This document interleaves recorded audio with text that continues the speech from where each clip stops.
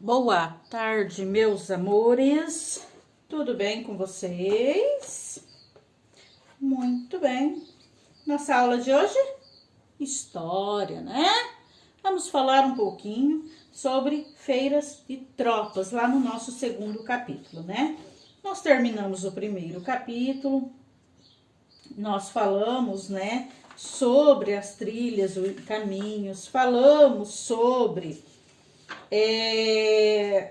os caminhos, né, que os desbravadores faziam, né, a estrada, como que era, né, como que eles sobreviviam, o que eles comiam.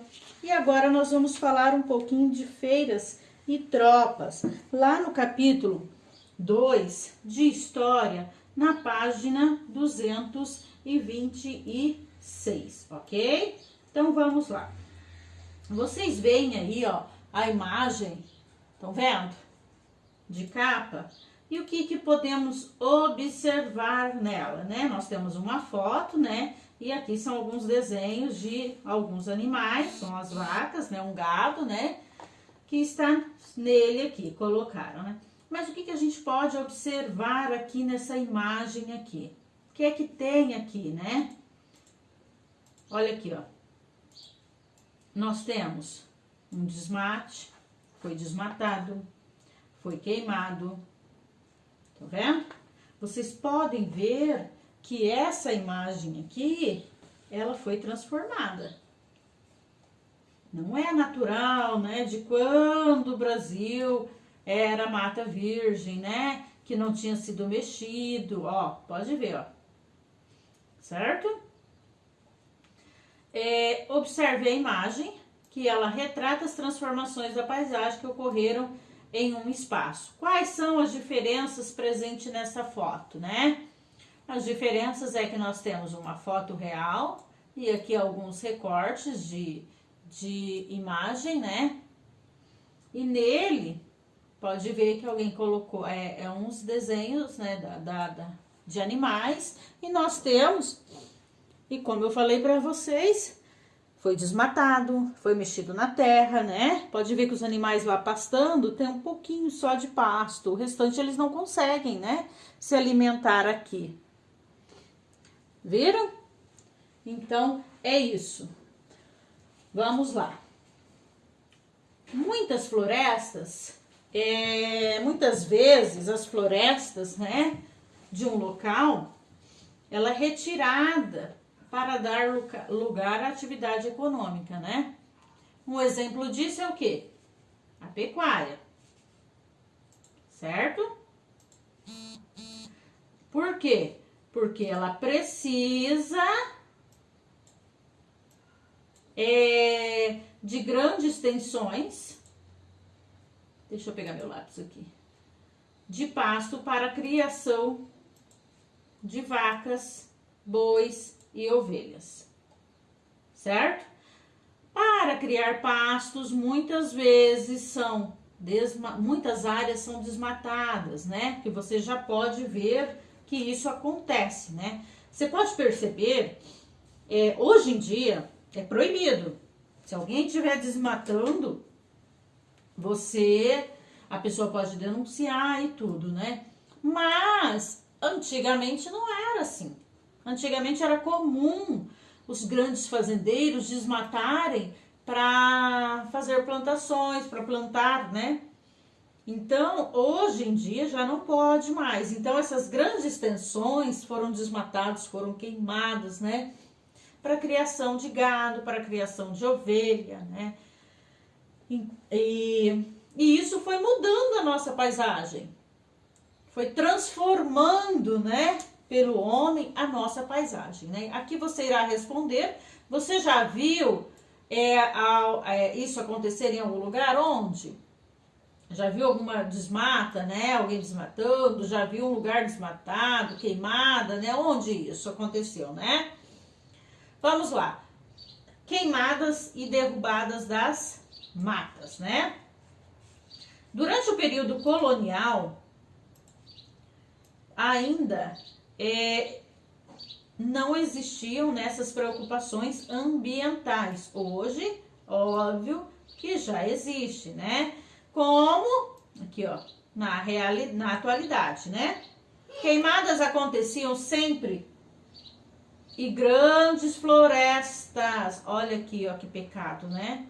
Grandes florestas eram derrubadas, eram cortadas e dava espaço aonde? Cidades, plantações de gado e as plantações e a pecuária, né? Ao gado.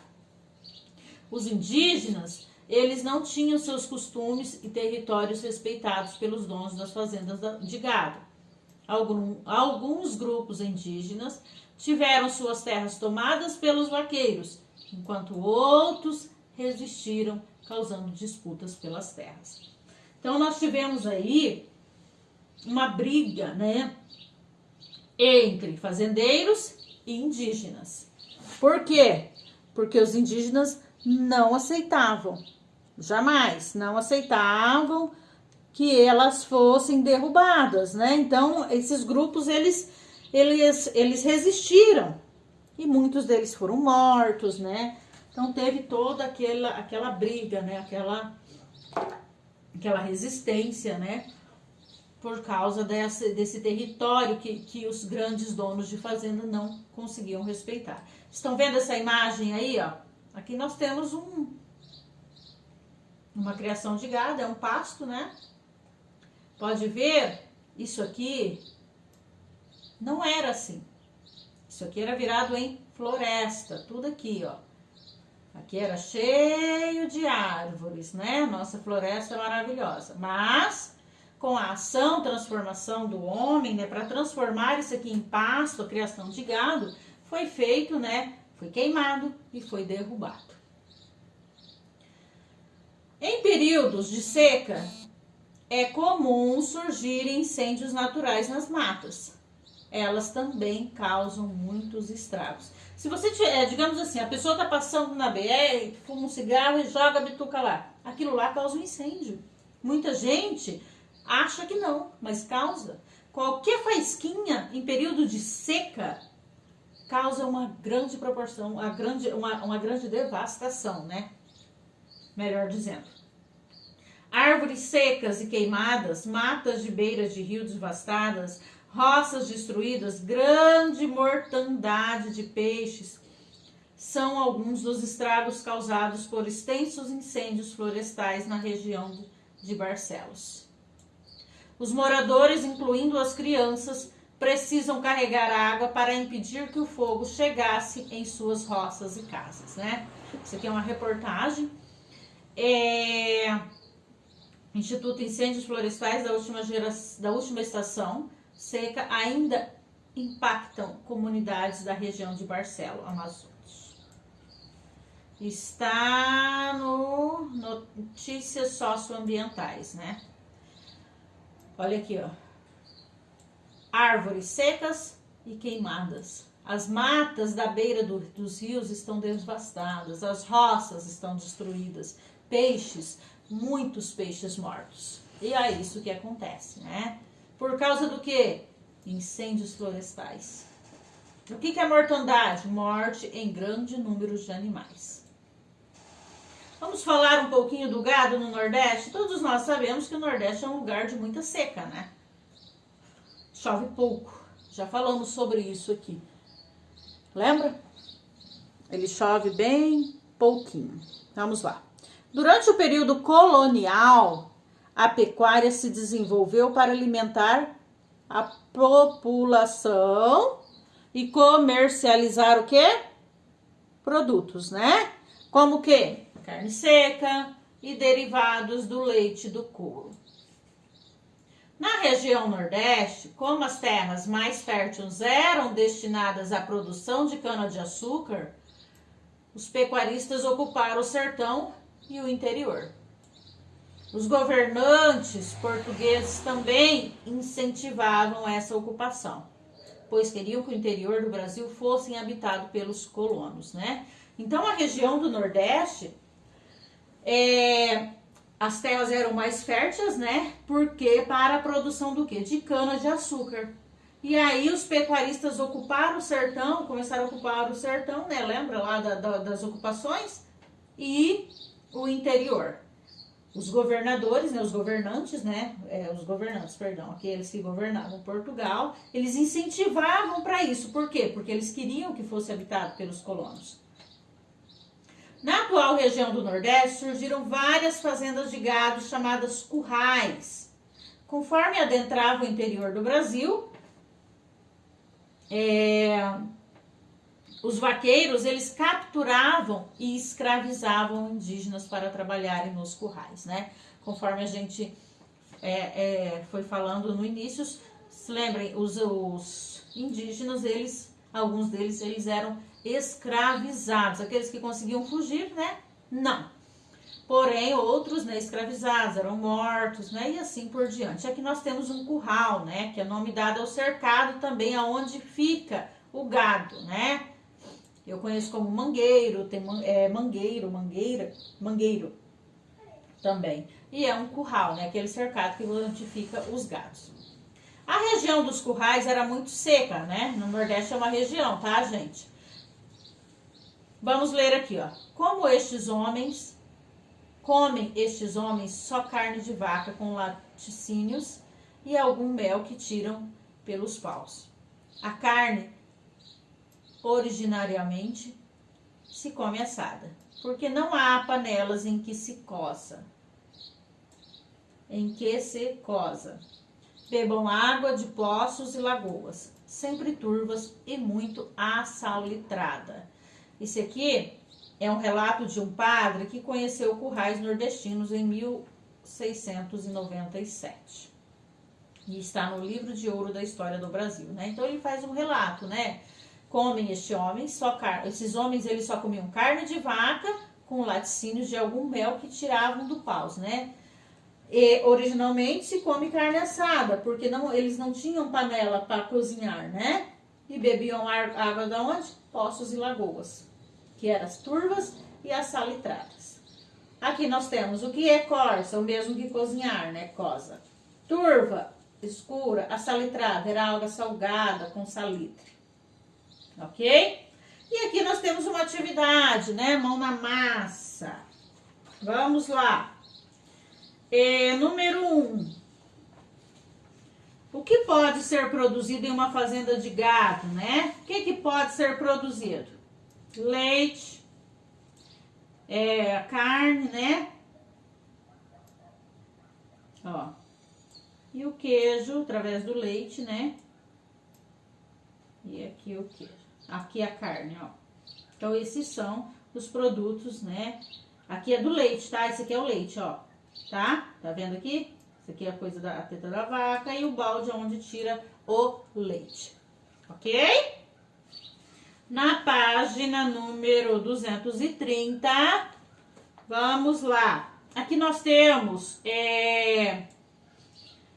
Patativa de Assaré, 1909-2002, foi um cantor e poeta popular nordestino. Eles se inspiravam no cotidiano das pessoas do sertão para escrever e cantar.